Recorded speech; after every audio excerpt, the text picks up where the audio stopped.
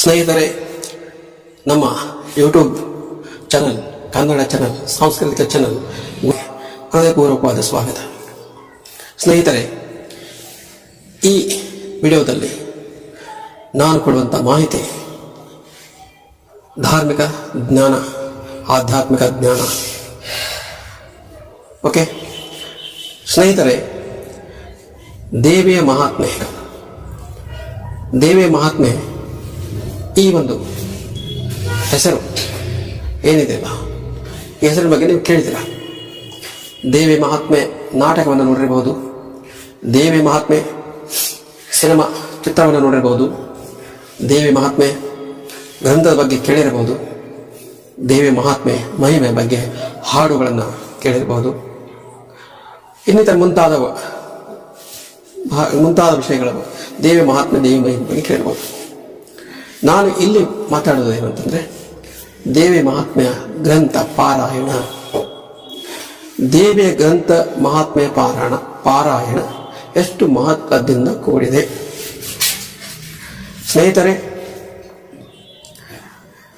ನಮ್ಮ ಕರ್ನಾಟಕದ ಪ್ರತಿ ಪುಸ್ತಕದ ಮಳಿಗೆಯಲ್ಲಿ ದೇವಿಯ ಮಹಾತ್ಮೆ ಗ್ರಂಥ ಓದೋಕ್ಕೆ ಲಭ್ಯವಿದೆ. ಎಷ್ಟೋ ಜನರು ದೇವಿಯ ಮಹಾತ್ಮೆ ಗ್ರಂಥವನ್ನು ಓದುತ್ತಿದ್ದಾರೆ. ಮುಖ್ಯವಾಗಿ ನಮ್ಮ ನಾಡ ಹಬ್ಬ ದಸರಾ ಮಹಾನವಮಿಯ 9 ದಿನಗಳು ನವರಾತ್ರಿಯಲ್ಲಿ ದೇವಿಯ ಮಹಾತ್ಮೆ ಗ್ರಂಥ ಓದಲ್ಪಡುತ್ತದೆ. ನನ್ನ ಒಂದು ತಿಳುವಳಿಕೆ ಪ್ರಕಾರ ದೇವಿಯ ಮಹಾತ್ಮೆ ಗ್ರಂಥವು ಉತ್ತರ ಕರ್ನಾಟಕದಲ್ಲಿ ಹೆಚ್ಚಾಗಿ ಓದುವುದನ್ನು ಕಂಡುಬರುತ್ತದೆ.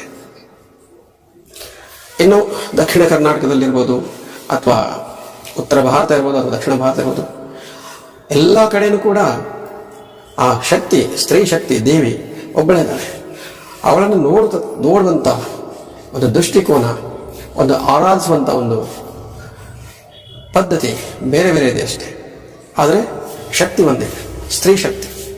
ದೇವಿ ಸ್ತ್ರೀ ಶಕ್ತಿಯವಳು.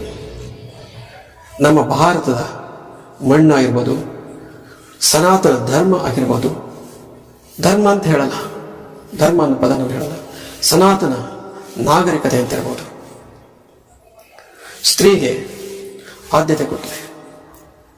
ನಮ್ಮ ವೇದಗಳು, ಉಪನಿಷತ್ತುಗಳು, ಪುರಾಣಗಳು, ಮುಂತಾದ ಶಾಸ್ತ್ರಗಳು, ಮುಂತಾದ ಸಾಹಿತ್ಯಗಳು ಎಲ್ಲದರಲ್ಲೂ ಸ್ತ್ರೀಗೆ ಮಹತ್ವದ ಸ್ಥಾನವನ್ನು ಕೊಟ್ಟಿದ್ದಾರೆ. ಪುರಾಣಗಳು, ಯಾವುದೇ ಪುರಾಣ ತಗೊಳ್ಳಿ, ಆ ಪುರಾಣಗಳಲ್ಲಿ ಸ್ತ್ರೀಗೆ ಮಹತ್ವದೆ. ಪುರಾಣಗಳಲ್ಲಿ ಸ್ತ್ರೀಗೆ ದೇವತೆ ಕೊಟ್ಟಿದ್ದಾರೆ. ಸ್ತ್ರೀ ದೇವತೆಗಳಿದ್ದಾರೆ. ಸ್ತ್ರೀ ದೇವತೆಗಳು ತುಂಬ ಇದ್ದಾರೆ. ಮುಖ್ಯವಾಗಿ ಪಾರ್ವತಿ, ಶಿವನ ಎಡತೊಡೆಯ ಮೇಲೆ, ಶಿವನ ಎಡತೊಡೆಯನ್ನು ಅಲಂಕರಿಸಿದಂಥ ಪಾರ್ವತಿ ಇರ್ಬೋದು, ವಿಷ್ಣುವಿನ ಹೃದಯ ಕಮಲವನ್ನು ಅಲಂಕರಿಸಿದಂಥ ಮಹಾಲಕ್ಷ್ಮಿ ಇರ್ಬೋದು, ಬ್ರಹ್ಮದೇವನ ನಾಲಿಗೆಯನ್ನು ಅಲಂಕರಿಸಿದಂಥ ಸರಸ್ವತಿ ದೇವಿ ಇರ್ಬೋದು, ಅಥವಾ ಕಾಲಕಾಲಕ್ಕೆ ಉದ್ಭವವಾದಂಥ ದುಷ್ಟರ ದಮನ ಮಾಡಲು ಹುಟ್ಟುವಂಥ ಮಹಾಕಾಳಿಕಾ ದೇವಿ ಆಗಿರ್ಬೋದು. ಇನ್ನೂ ಎಷ್ಟೊಂದು ನಾಮಗಳು, ಸಹಸ್ರಾರು ನಾಮಗಳಿದ್ದಾವೆ. ಚಾಮುಂಡಿ ಇರ್ಬೋದು, ತುಂಬ ಪಾಲ್ಗೊಳ್ಳುತ್ತವೆ. ಸ್ತ್ರೀ ದೇವತೆಗಳಲ್ಲಿ ತುಂಬ ದೇವತೆಗಳನ್ನು ಮಾಡಿದ್ದಾರೆ. ಆದರೆ ಎಲ್ಲ ಹೆಸರುಗಳು, ಎಲ್ಲ ನಾಮಗಳು, ಎಲ್ಲ ರೂಪಗಳು ಎಲ್ಲ ಒಂದೇ ಶಕ್ತಿ, ಅದು ಸ್ತ್ರೀ ಶಕ್ತಿ. ಈ ಜಗತ್ತು, ಈ ಸೃಷ್ಟಿ, ಇದೇನು ಬ್ರಹ್ಮಾಂಡ ಇದೆಯಲ್ಲ, ಇದಕ್ಕೊಂದು ಪ್ರಕೃತಿ ಬೇಕು. ಆ ಪ್ರಕೃತಿನೂ ಕೂಡ ಸ್ತ್ರೀ ಶಕ್ತಿಗೆ ಸಂಬಂಧಪಟ್ಟದ್ದು, ಸ್ತ್ರೀ ಶಕ್ತಿನೇ. ಈ ದೇವಿ ಮಹಾತ್ಮೆ ಗ್ರಂಥದಲ್ಲಿ ಬರ್ತಕ್ಕಂಥ ದೇವಿ ಯಾರು? ಈ ದೇವಿ ಮಹಾತ್ಮೆ ಗ್ರಂಥದಲ್ಲಿರ್ತಕ್ಕಂಥ ಅಧ್ಯಾಯಗಳು ಏನು ಹೇಳುತ್ತವೆ? ಈ ದೇವಿ ಮಹಾತ್ಮೆ ಗ್ರಂಥದಲ್ಲಿ ನಡೀತಕ್ಕಂಥ ಸನ್ನಿವೇಶಗಳೇನು? ಸಾಮಾನ್ಯವಾಗಿ ಎಲ್ಲರೂ ಏನು ಕೇಳ್ತಾರೆ, ದೇವಿ ಪುರಾಣ ಅಂದರೆ ರಾಕ್ಷಸರ ಸಂಹಾರ ಮಾಡ್ತಾಳೆ, ರಾಕ್ಷಸರ ಸಂಹಾರ ಆಗುತ್ತೆ. ಸಾಮಾನ್ಯವಾಗಿ ಎಲ್ಲರಿಗೂ ಗೊತ್ತಿದೆ, ದೇವಿ ಪುರಾಣದಲ್ಲಿ ರಾಕ್ಷಸರ ಸಂಹಾರ ಮಾಡ್ತಾಳೆ ದೇವಿ. ಇನ್ನೂ ಅತಿಯಾಗಿ ತಿಳ್ಕೊಂಡವರು ಹೇಳ್ತಾರೆ ದೇವಿ ಬಗ್ಗೆ, ಅಲ್ಲಿ ಮಹಿಷಾಸುರನ್ನು ಸಂಹಾರ ಮಾಡ್ತಾಳೆ. ಇನ್ನೂ ಅತಿ ಆಳವಾಗಿ ತಿಳ್ಕೊಂಡವರು ಮಧುಕೈಟವರನ್ನು ಸಂಹಾರ ಮಾಡ್ತಾಳೆ. ಇನ್ನೂ ಆಳವಾಗಿ ತಿಳ್ಕೊಂಡವರು ಶುಂಭರನ್ನು ಸಂಹಾರ ಮಾಡ್ತಾಳೆ. ಇನ್ನೂ ಆಳವಾಗಿ ತಿಳ್ಕೊಂಡವರು ರಕ್ತ ಬೀಜಾಸುರನ್ನು ಸಂಹಾರ ಮಾಡ್ತಾಳೆ. ಬಿಡಾಳನ್ನು ಸಂಹಾರ ಮಾಡ್ತಾಳೆ. ಚಂಡಮುಂಡರನ್ನು ಸಂಹಾರ ಮಾಡ್ತಾಳೆ. ಹೀಗೆ ಯಾರು ಎಷ್ಟೆಷ್ಟು ದೇವಿ ಮಹಾತ್ಮ ಗ್ರಂಥದ ಬಗ್ಗೆ ತಿಳುವಳಿಕೆ ಇದೆಯೋ ಅಷ್ಟಷ್ಟು ಜ್ಞಾನ ಅಂತ ಹೇಳ್ತಾರೆ. ಕೆಲವರಿಗೆ ದೇವಿ ಮಹಾತ್ಮ ಗ್ರಂಥ ಅದು ಮುಟ್ಟೋದಕ್ಕೆ ಭಯ ಆಗುತ್ತೆ. ಕೆಲವರಿಗೆ ದೇವಿ ಮಹಾತ್ಮ ಗ್ರಂಥ ದೂರದಿಂದಲೇ ನಮಸ್ಕಾರ ಮಾಡ್ತಾರೆ. ಕೆಲವರಿಗೆ ದೇವಿ ಮಹಾತ್ಮ ಗ್ರಂಥದ ಬಗ್ಗೆ ಭಯ ಇದೆ. ಅದು ಏನು ನಾವು ಕೆಡಕನ್ನು ಉಂಟು ಮಾಡುತ್ತಾ ಒಳ್ಳೇದು ಮಾಡುತ್ತಾ ಅನ್ನುವಂಥ ಸಂದೇಹದಿಂದ ಕೂಡಿದವರು ಇದ್ದಾರೆ. ಈ ದೇವಿ ಮಹಾತ್ಮೆ ಗ್ರಂಥ ಈ ಹಿಂದಿನ 25 ವರ್ಷ 30 ವರ್ಷ 50 ವರ್ಷ 100 ವರ್ಷ 200 ವರ್ಷ ಹಿಂದೆ ಬರೆಯಲ್ಪಟ್ಟಿದ್ದಲ್ಲ. ಇದು ದೇವಿಯ ಮಹಾತ್ಮೆ ಗ್ರಂಥವನ್ನು ಬರೆದವರು ಸುಮಾರು 400-500 ವರ್ಷಗಳ ಹಿಂದೆನೆ ಬರೆಯಲ್ಪಟ್ಟಿದೆ ಮಹಾತ್ಮೆ ಗ್ರಂಥ. ಆದರೆ ಇವತ್ತಿನವರೆಗೂ ಅದು ಗೌರವಿಸಲ್ಪಡ್ತಾ ಇದೆ. ಯಾರು ಅದರ ಬಗ್ಗೆ ಚೆನ್ನಾಗಿ ತಿಳ್ಕೊಂಡಿದ್ದಾರೆ ಅವರು ಅದನ್ನು ಗೌರವಿಸ್ತಾರೆ. ಯಾರಿಗೆ ಅದರ ಬಗ್ಗೆ ಭಯ ಇದೆಯೋ ಅದರಿಂದ ದೂರ ಇರ್ತಾರೆ. ಅದು ತಂಟೆಗೆ ಹೋಗಲ್ಲ. ಅದರ ಅರ್ಥ ಏನು? ತಂಟೆಗೆ ಹೋಗದ ಅರ್ಥ ಏನು? ಅದನ್ನು ಭಯಪಡಿಸುತ್ತಾ ದೇವಿ ಮಹಾತ್ಮ ಗ್ರಂಥ. ಕೆಲವರ ತಿಳುವಳಿಕೆ ಏನು? ಅದರಲ್ಲಿ ಸಾಕ್ಷಾತ್ ದೇವಿನೇ ಇದ್ದಾಳೆ. ಒಬ್ಬೊಬ್ಬರ ತಿಳುವಳಿಕೆ ಆಗಿದೆ. ನಾನು ಈ ನನ್ನ ಚಾನಲ್ ಮುಖಾಂತರ ದೇವಿ ಮಹಾತ್ಮ ಬಗ್ಗೆ, ನಾನು ದೇವಿ ಮಹಾತ್ಮ ಗ್ರಂಥವನ್ನು ಪುಸ್ತಕವನ್ನು ಓದಿ ದೇವಿ ಮಹಾತ್ಮ ಗ್ರಂಥ ಪುಸ್ತಕವನ್ನು ಓದುವುದಿಲ್ಲ. ಕೇವಲ ಆ ಪುಸ್ತಕದ ಅಧ್ಯಾಯದಲ್ಲಿ ಏನಿದೆ ಅದರ ಬಗ್ಗೆ ಹೇಳೋಕ್ಕೆ ಪ್ರಯತ್ನ ಮಾಡ್ತೇನೆ. ಯಾಕಂದರೆ ಈಗ 21ನೇ ಶತಮಾನ, ಭೂಮಿ ಪೃಥ್ವಿ ಕಾಲ ಸರಿತಾ ಇದೆ. ಇದಕ್ಕೊಂದು ಅಂತ್ಯ, ಒಂದು ದಿವಸ ಅದಕ್ಕೆ ಅಂತ್ಯ ಇದೆ. ಈ ಸೃಷ್ಟಿಯಲ್ಲಿ ಹುಟ್ಟಿದ್ದು ಸಾಯುತ್ತೆ. ಅದು ಕೇವಲ ಪ್ರಾಣಿಗಳಲ್ಲ, ಮನುಷ್ಯರಲ್ಲ, ವಸ್ತುಗಳಿಗೂ ಕೂಡ ಆಯುಷ್ಯ ಇದೆ. ಮೇಲೆ ಇರತಕ್ಕಂಥ ಸೂರ್ಯನಿಗೂ ಆಯುಷ್ಯ ಇದೆ, ಚಂದ್ರನಿಗೂ ಆಯುಷ್ಯ ಇದೆ, ಗ್ರಹಗಳಿಗೂ ಆಯುಷ್ಯ ಇದೆ, ನಮಗೂ ಆಯುಷ್ಯ ಇದೆ, ನಿಮಗೂ ಆಯುಷ್ಯ, ಎಲ್ಲರಿಗೂ ಆಯುಷ್ಯ ಇದೆ, ವಸ್ತುಗಳಿಗೂ ಆಯುಷ್ಯ ಇದೆ. ಎಷ್ಟೋ ಕೋಟಿ ವರ್ಷಗಳ ಹಿಂದೆ ಈ ಸೃಷ್ಟಿಯ ನಿರ್ಮಾಣ ಆಗಿದೆ. ಮುಂದೆ ಎಷ್ಟೋ ಕೋಟಿ ವರ್ಷಗಳ ನಂತರ ಇದು ಮುಗಿತದೆ. ಇದು ಯಾರು ನಿರ್ಮಾಣ ಮಾಡ್ತಾರೆ, ಯಾರು ಅಂತ್ಯ ಮಾಡ್ತಾರೆ, ಅದು ಆಳವಾದ ಪ್ರಶ್ನೆ. ಅದಕ್ಕೆ ಉತ್ತರ ಮಹಾಜ್ಞಾನಿಗಳಿಗೆ ಗೊತ್ತು. ಅದಕ್ಕೆಲ್ಲ ಏನು ಪ್ರೂಫ್ ಅಂತಾರಲ್ಲ, ಸಾಕ್ಷಿಗಳು, ಅದ್ಯಾವುದು ಸಿಗಲ್ಲ. ಕೆಲವೊಂದು ಆಧ್ಯಾತ್ಮಿಕ ವಿಚಾರಗಳಿದ್ದಾವೆ, ಕೆಲವೊಂದು ವಿಚಾರಗಳಿದ್ದಾವೆ ಈ ಜಗತ್ತಿನಲ್ಲಿ. ಅವುಗಳಿಗೆ ಉತ್ತರ ಮನುಷ್ಯನಿಗೆ ಸಿಗೋದಿಲ್ಲ. ವಿಜ್ಞಾನ ಎಷ್ಟೇ ಮುಂದುವರೆದಿದೆ, ಇವತ್ತು ವಿಜ್ಞಾನ ಎಷ್ಟು ಮುಂದುವರೆದಿದೆ ಅಂದರೆ ಶನಿಗ್ರಹದವರೆಗೂ ಹೋಗಿ ಅಧ್ಯಯನ ಮಾಡ್ತಾ ಇದ್ದಾರೆ. ಅಲ್ಲಿವರೆಗೂ ಹೋಗಿದ್ದಾರೆ, ಅದನ್ನು ದಾಟ್ತಾರೆ. ಅಷ್ಟಾದರೂ ಕೂಡ ಇನ್ನೂ ಎಷ್ಟೋ ರಹಸ್ಯಗಳು ಸಿಗೋದಿಲ್ಲ. ಕೆಲವೊಂದು ರಹಸ್ಯಗಳು ಭಗವಂತ ಬಿಟ್ಟುಕೊಡಲ್ಲ, ಸೃಷ್ಟಿಕರ್ತ ಬಿಟ್ಟುಕೊಡಲ್ಲ ಮನುಷ್ಯನಿಗೆ. ಮುಖ್ಯವಾಗಿ ಹೇಳ್ತೀನಿ ಕೇಳಿ, ಭಾಳ ವಿಜ್ಞಾನಕ್ಕೆ ಹೋಗೋದು ಬೇಡ. ನಮ್ಮ ಜನ್ಮದ ಮೂಲ ನಮಗೆ ಗೊತ್ತಿಲ್ಲ, ನಮ್ಮ ಸಾವಿನ ನಂತರ ಏನು ಗೊತ್ತಿಲ್ಲ. ಇವೆರಡಷ್ಟೇ ಅಲ್ಲ, ಹುಟ್ಟಿನಿಂದ ಸಾಯುವವರೆಗೂ ನಾವು ಯಾರ್ಯಾರ ಜೊತೆ ಏನೇನು ವ್ಯವಹಾರ ಮಾಡ್ತೀವಿ ಅದು ನಮ್ಗೆ ಗೊತ್ತಿಲ್ಲ. ಎಷ್ಟೋ ಜನ ಬರ್ತಾರೆ, ಎಷ್ಟೋ ಜನ ಹೋಗ್ತಾರೆ. ಅದಕ್ಕೆ ಋಣ ಇರುತ್ತೆ, ಋಣಾನುಬಂಧ, ವ್ಯವಹಾರದ ಋಣ ಇರುತ್ತೆ. 3ನೇದ್ದು 4ನೇದ್ದು ನಮ್ಮ ಆಯುಷ್ಯ ಎಷ್ಟು ಅಂತ ಗೊತ್ತಿಲ್ಲ. ನಿಜನಾ? ನಾನು ಹೇಳ್ತಾ ಇರೋದಕ್ಕೆ ಇಲ್ಲಿ ಸಾಕ್ಷಿ ಇಲ್ಲ, ಆದರೆ ನಂಬೋದು ಎಲ್ಲರಿಲ್ಲ. ಕರೆಕ್ಟಾ? ಇವು 4 ರಹಸ್ಯಗಳು ಎಲ್ಲಿಯೂ ಸಿಗಲ್ಲ. ಈ 4 ರಹಸ್ಯಗಳಿಗೆ ಉತ್ತರ ಸಿಗಲ್ಲ. ಏನು ಮಾಡಿದ್ರು ಸಿಗಲ್ಲ. ಹುಟ್ಟು, ಸಾವು, ಆಯುಷ್ಯ, ಋಣ, ಏನು ಮಾಡಿದ್ರು ಸಿಗೋದಿಲ್ಲ. ರಹಸ್ಯ ನನ್ನ ತಿಳುವಳಿಕೆ. ಓಕೆನಾ? ದೇವಿ ಮಹಾತ್ಮೆ ಅಧ್ಯಯನ ಮಾಡಬೇಕು. ಓಕೆ, ಅಧ್ಯಯನ ಮಾಡಿದ ಅದರಲ್ಲಿ ಏನಿದೆ? ಸರಿ, ರಾಕ್ಷಸರ ಸಂಹಾರ ಆಗಿದ್ದು ಆಗುತ್ತೆ. ಅದರಲ್ಲಿ ತುಂಬ ಜನ ರಾಕ್ಷಸರು ಬರ್ತಾರೆ, ಮಹಾ ರಾಕ್ಷಸರು ಬರ್ತಾರೆ. ಅವರೆಲ್ಲರ ಸಂಹಾರ ಆಗುತ್ತೆ. ದೇವಿ ಸಂಹಾರ ಮಾಡ್ತಾಳೆ. ದೇವತೆಗಳನ್ನು ಕೈ ಹಿಡಿದು ಕಾಪಾಡ್ತಾಳೆ. ದೇವತೆಗಳು ಯಾರು? ಬ್ರಹ್ಮ, ವಿಷ್ಣು, ಮಹೇಶ್ವರ, ತ್ರಿಮೂರ್ತಿಗಳು, ಇಂದ್ರ, ಅಷ್ಟದಿಕ್ಪಾಲಕರು, 33 ಕೋಟಿ ದೇವತೆಗಳು, ಅವರೆಲ್ಲರನ್ನೂ ಕಾಪಾಡ್ತಾಳೆ. ಅಂಥ ಮಹಾನ್ ದೇವತೆಗಳು, ಸೃಷ್ಟಿಸಿದ ಲಯವನ್ನು ಮಾಡ್ತಕ್ಕಂಥ ಬ್ರಹ್ಮ, ವಿಷ್ಣು, ಶಿವ, ಇವರನ್ನೇ ಅಲುಗಾಡಿಸುವಂಥ ಶಕ್ತಿಗಳು ರಾಕ್ಷಸರು. ಶಿವನು ಕೆಲವೊಂದು ಪುರಾಣಗಳಲ್ಲಿ, ಕೆಲವೊಂದು ಕಥೆಗಳಲ್ಲಿ ಶಿವ ಕೋಪಗೊಂಡ್ರೆ ಪ್ರಳಯ ಆಗುತ್ತೆ.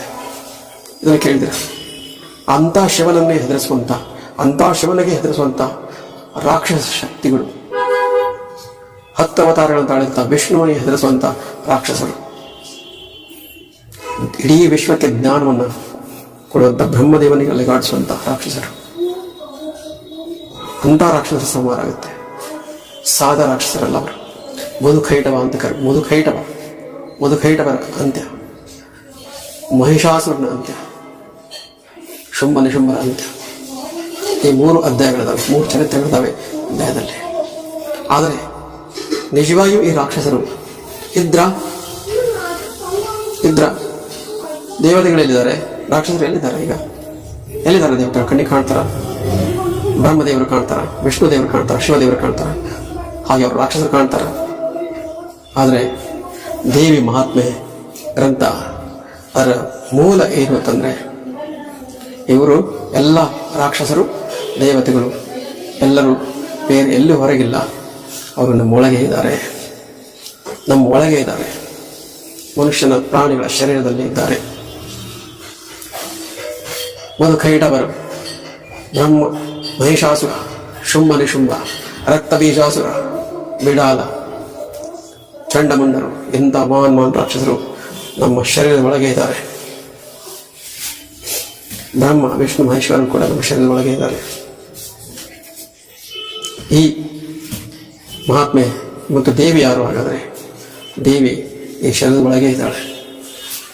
ಇವರು ಯಾರನ್ನು ನಾವು ಗುರುತಿಸಿಲ್ಲ. ಇದೇ ಅಧ್ಯಾತ್ಮ. ನಮ್ಮ ಶರೀರದ ಬಗ್ಗೆ ನಾವು ತಿಳಿದುಕೊಳ್ಳುವುದೇ ದೇವಿಯ ಪಾರಾಯಣ. ದೇವಿಯ ಪಾರಾಯಣ ಪ್ರತ್ಯಕ್ಷ ಮತ್ತು ಅಪ್ರತ್ಯಕ್ಷವಾಗಿದೆ. ದೇವಿಯ ಪಾರಾಯಣ ಮಾಡುವಾಗ ಅದು ಹೆಂಗಿರುತ್ತಂದರೆ, ಕಲ್ಪನೆಯಲ್ಲಿ ರಾಕ್ಷಸರು ದೇವಿ ಬರ್ತಾಳೆ, ಸಂಹಾರ ಮಾಡ್ತಾಳೆ ಅಂತ ಇರುತ್ತೆ. ಆದರೆ ಅದು ಪರೋಕ್ಷವಾಗಿ, ಪ್ರತ್ಯಕ್ಷವಾಗಿ ಅದು ಕಥೆಯಾದರೂ ಕೂಡ ಪರೋಕ್ಷವಾಗಿ ಅದು ನಮ್ಮ ಪುರಾಣ, ಈ ಶರೀರದ ಪುರಾಣನೇ. ಈ ಶರೀರದ ಪುರಾಣ ದೇವಿ ಪಾರಾಯಣ. ಆ ಶುಂಭ ಯಾರು, ನಿಶುಂಭ ಯಾರು, ಮಹಿಷಾಸುರ ಯಾರು, ಮಧು ಕೈಟವರು ಯಾರು, ಎಲ್ಲ ರಾಕ್ಷಸರು, ನಾನಾ ಥರದ ರಾಕ್ಷಸರು ಯಾರು, ಅವರು ನಮ್ಮ ಶರೀರದಲ್ಲಿ ಹೇಗಿದ್ದಾರೆ, ಯಾವ ರೀತಿ ತಾಂಡವ ನೃತ್ಯವನ್ನು ಮಾಡ್ತಾ ಇದ್ದಾರೆ, ನಮ್ಮ ಶರೀರದಲ್ಲಿ ದೇವತೆಗಳು ಎಲ್ಲಿದ್ದಾರೆ, ಅವರು ಯಾವ ಕೆಲಸಗಳನ್ನು ಮಾಡ್ತಾ ಇದ್ದಾರೆ, ಅವರನ್ನೇ ಮೆಟ್ಟಿ ನಿಂತು ಈ ಶರೀರವನ್ನು ಆಳುವಂಥ, ಈ ಶರೀರತಕ್ಕಂಥ ಮನಸ್ಸನ್ನು ಆಳುವಂಥ, ಈ ಶರೀರತಕ್ಕಂಥ ಬುದ್ಧಿನ ಕಿತ್ಕೊಂಡಂಥ, ಸುಬುದ್ಧಿಯನ್ನು ಕಿತ್ಕೊಂಡಂಥ ಈ ಶರೀರದ ಸಕಲ ಚಲನ ಬಲಗಳನ್ನು, ಅಧಿಕಾರಗಳನ್ನು ತೆಗೆದುಕೊಂಡಂಥ ರಾಕ್ಷಸರು, ಅವರ ಸಂಹಾರ ದೇವಿ ಮಾಡ್ತಾಳೆ. ಆ ದೇವಿ ಆ ಶರೀರದಲ್ಲಿ. ಇದು ಮಹಾತ್ಮೆ. ಮತ್ತು ನಾನು ಮುಂದೆ ಒಂದೊಂದು ಅಧ್ಯಾಯಗಳನ್ನು ನಾನು ಓದೋದಿಲ್ಲ, ಪಾರಾಯಣ ಓದೋದಿಲ್ಲ. ಆದರೆ ಏನು ಹೇಳುತ್ತೆ ಅಧ್ಯಾಯ, ಏನು ಹೇಳುತ್ತೆ ಅದಕ್ಕೆ ಹೇಳೋದಕ್ಕೆ ಇಷ್ಟಪಡ್ತೀನಿ. ಯಾಕಂದರೆ ಇದು 21ನೇ ಶತಮಾನ, ಕಲಿಗಾಲ, ಕಲಿಯುಗ. ರಾಕ್ಷಸರು ಪ್ರತಿಯೊಬ್ಬರ ಶರೀರದಲ್ಲೂ ಇದ್ದಾರೆ. ಅವಗುಣಗಳಿದ್ದಾವೆ. ಕಾಮ, ಕ್ರೋಧ, ಮೋಹ, ಲೋಭ, ಮದ, ಮತ್ಸರ ಎಲ್ಲ ಅವಗುಣಗಳಿದ್ದಾವೆ. ಇದು ಹೆಚ್ಚು ಕಲಿಯುಗ ಅಂತ ಕಡೆ ಹೋಗ್ತಾ ಇದೆ. ನೀವು ಅರ್ಥ ಮಾಡ್ಕೊಳ್ಳಿ. 2021ರಲ್ಲಿ ನಾನು ವಿಡಿಯೋ ಮಾಡಿದ್ದೀನಿ, ನೀವು ನೋಡ್ತಾ ಇದ್ದೀರ. 3021ನೇ ಇಸ್ವಿಯಲ್ಲಿ ಭೂಮಿ ಹೆಂಗಿರುತ್ತೆ, 4021ರಲ್ಲಿ ಹೆಂಗಿರುತ್ತೆ, ಇನ್ನು 1000 ವರ್ಷದಲ್ಲಿ ಹೆಂಗಿರುತ್ತೆ ಯೋಚನೆ ಮಾಡಿ. ಎಷ್ಟು ವೇಗವಾಗಿ ಪರಿವರ್ತನೆ ಆಗ್ತಾ ಇದೆ. ಜಗತ್ತಿನ ಯಾವ ಮೂಲದಲ್ಲಿ ಏನೇನು ನಡೀತಾ ಇದೆ, ಎಷ್ಟು ವಿಜ್ಞಾನ ಒಂದು ಕಡೆ ಮುಂದೆ ಹೋಗ್ತಾ ಇದೆ, ಒಂದು ಕಡೆ ಭಯ, ಒಂದು ಕಡೆ ಆತಂಕ, ಒಂದು ಕಡೆ ಅನ್ನದ ಕೊರತೆ, ಏನೇನೋ ನಡೀತಾ ಇದ್ದಾವೆ, ಒಂದು ಕಡೆ ಇಲ್ಲ ಇದ್ದಾವೆ. ಅದಕ್ಕೆ ನಾನು ಏನು ಹೇಳ್ತೀನಿ ಅಂದರೆ, ಆದಷ್ಟು ನಿಮ್ಮ ಕಡೆಯಿಂದ ಎಷ್ಟು ಸಾಧ್ಯದೆಯೋ, ಯಾರ್ಯಾರು ಎಷ್ಟು ಸಾಧ್ಯವೋ ಅಷ್ಟು ಭಗವಂತನ ಕರುಣೆಯನ್ನು ಸಂಪಾದನೆ ಮಾಡಿ, ದೇವರ ಕರುಣೆಯನ್ನು ಸಂಪಾದನೆ ಮಾಡಿ, ದೇವಿಯ ಕರುಣೆ ಸಂಪಾದನೆ ಮಾಡಿ. ಈ ದೇವಿ ಮಹಾತ್ಮ ಗ್ರಂಥದಲ್ಲಿ ಬ್ರಹ್ಮ ವಿಷ್ಣು ಮಹೇಶ್ವರನ್ನೇ ಅಲುಗಾಡಿಸುವಂಥ ರಾಕ್ಷಸರು ಇದ್ದಾರೆ. ಅವರ ಸಂಹಾರ. ದೇವತೆಗಳು ದೇವಿ ಹೋಗಿ ಕೇಳ್ತಾರೆ, ನಮ್ದೆಲ್ಲ ಅಧಿಕಾರ ತಗೊಂಡಿದ್ದಾರೆ, ನಮಗೇನೂ ಇಲ್ಲ. ಇಂದ್ರ ಪದವಿ, ಎಲ್ಲ ರಾಜ್ಯಗಳು ಹೋಗಿದ್ದಾವೆ, ಎಲ್ಲ ಪದವಿಗಳು ಹೋಗಿದ್ದಾವೆ. ದೇವತೆಗಳನ್ನು ಸೆರೆ ಹಿಡಿದ್ದಾರೆ, ತಮ್ಮ ಆಳುಗಳನ್ನು ಮಾಡ್ಕೊಂಡಿದ್ದಾರೆ ರಾಕ್ಷಸರು. ಅವರ ಸಂಹಾರ ಮಾಡು ತಾಯಿ, ನಮ್ಮ ರಕ್ಷಣೆ ಮಾಡುವಂತ ಕೇಳ್ತಾರೆ. ಆಗ ಆ ದೇವಿ ಆ ರಾಕ್ಷಸ ಸಂಹಾರ ಮಾಡ್ತಾಳೆ. ಹೇಗೆ ಮಾಡ್ತಾಳೆ ಒಂದು ಮುಂದೆ ನೋಡುವ, ಯಾವಾಗ ಅನುಕೂಲ ಆದಾಗ ವಿಡಿಯೋದಲ್ಲಿ ಬರ್ತೀನಿ. ಅದಕ್ಕೆ ಯಾರೇ ಎಷ್ಟೆಷ್ಟು ಸಾಧ್ಯ ಇದೆಯೋ ಅಷ್ಟಷ್ಟು ದೇವಿಯ ಆರಾಧನೆ ಮಾಡಿ, ದೇವಿಯ ಕರುಣೆ ಸಂಪಾದನೆ ಮಾಡಿ. ದೇವತೆಗಳು ನಮ್ಮ ಶರೀರದಲ್ಲಿ ದೇವತೆಗಳಿಗೆ ಅವಕಾಶ ಕೊಡಿ. ಓಕೆ, ಧನ್ಯವಾದಗಳು ಸ್ನೇಹಿತರೆ. ಈ ಕನ್ನಡ ಗುರುವೀರ ಕನ್ನಡ ಬ್ಲಾಗ್ ಸಾಂಸ್ಕೃತಿಕ ಚಾನಲ್ಗೆ ಸಬ್ಸ್ಕ್ರೈಬ್ ಮಾಡಿ, ಲೈಕ್ ಮಾಡಿ, ಶೇರ್ ಮಾಡಿ. ಧನ್ಯವಾದಗಳು. ದಯವಿಟ್ಟು ಈ ಚಾನಲ್ಗೆ ಸಬ್ಸ್ಕ್ರೈಬ್ ಮಾಡಿ, ಲೈಕ್ ಕೊಡಿ, ಶೇರ್ ಮಾಡಿ ಮತ್ತು ಗಂಟೆಯನ್ನು ಕ್ಲಿಕ್ ಮಾಡುವುದನ್ನು ಮರೆಯಬೇಡಿ. ಧನ್ಯವಾದಗಳು.